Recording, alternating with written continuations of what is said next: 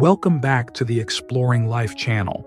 In episode 7, we're going to talk about how to understand someone's motives and feelings. Let's dive right in. Imagine you're getting close to a guy named Nathan. He's your coworker, and you've been building a connection with him for over 6 months. But one day, you hear from a close friend of Nathan's that his ex-girlfriend has been trying to reach out to him again. You start to feel confused because you know their past relationship didn't end because of Nathan. It was his ex who called it off. From this, you begin to suspect that Nathan might still have some unresolved feelings or curiosity about his past relationship. Over these 6 months, you felt that he hasn't fully moved on. Now you're starting to wonder if all your efforts might be wasted if Nathan decides to get back together with his ex. You're unsure whether to continue pursuing this relationship. Even if you ask Nathan directly whether he wants to get back with his ex, he'll likely lie, either because he's confused himself or because he doesn't want to hurt your feelings. I'm going to share a tip on how to uncover someone's motives and feelings. The method is to ask a direct question, a surprising, straight-to-the-point question. After you ask, pay close attention to their face within the first 3 seconds. Their facial expression will reveal their true feelings because after those 3 seconds, they'll start masking their emotions again. If you practice this, you can catch their genuine reaction, especially around the eye area. Within those first 3 seconds, you'll get the information you're looking for. Okay, let's use Nathan as an example. This method isn't about manipulating Nathan into staying with you. It's more about clearing up your own confusion.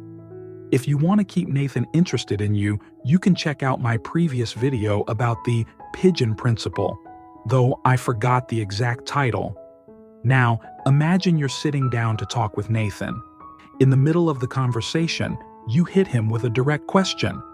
"I heard you're thinking about getting back together with your ex. Is that true?" Then, watch his eyes closely. His facial expression will reveal his honest reaction. If he gets nervous, looks away, blinks repeatedly, or shows any strange expressions, it's likely he's considering rekindling things with his ex. Even if he does want to get back with her, he won't admit it outright because he doesn't want to hurt you. He might even try to keep you around as a backup, but at least now, you'll know the truth. Why this method matters for manipulators. For manipulators, this technique is crucial. Before they can manipulate their target, they need to understand the person's primary motive or goal. What's driving them to act the way they do? Manipulators can extract this information by asking direct questions without beating around the bush. If you start with something like, "I want to ask you something," the other person will prepare themselves mentally, and you won't get an honest answer. Another tip for uncovering someone's motives is to keep asking follow-up questions like, "But? And then? And anything else?" Why? Because when people give answers with negative connotations, they often try to sound noble, wise, or reasonable. In reality, their true motives are usually driven by personal desires or ego, which might sound selfish if revealed directly. Let's apply this to the earlier relationship example. When you suspect your partner is hiding something, don't start with, "I want to ask you something." Instead, go straight to the point. Why are you still texting and calling them? Your partner might respond with a seemingly good reason, like, "It's nothing serious. We're just working on a group project for school." That's their polite excuse. Then, press further. "Is there any other reason besides that?" They might say, "Well, yeah, I didn't contribute much to the project, so I'm trying to look active." There it is, the real reason. They're actually just lazy but want to appear involved. They didn't want to admit it to you because they were afraid of being seen as unmotivated. By continuing to ask questions, you can dig deeper and uncover the truth. Another example. Negotiation. I once used this technique during a project negotiation.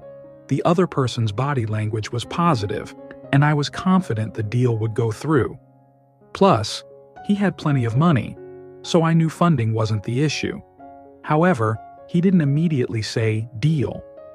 Curious, I asked directly, "So, are we closing this deal or not, sir?" He replied, "Yes, we're good." But I pressed further, "Is there anything that's holding you back?" Finally, he admitted, "Well, my assistant mentioned that this place feels haunted." From this, I realized he could have said something earlier if he truly disliked the location, but he was too embarrassed to admit that his hesitation was due to superstition.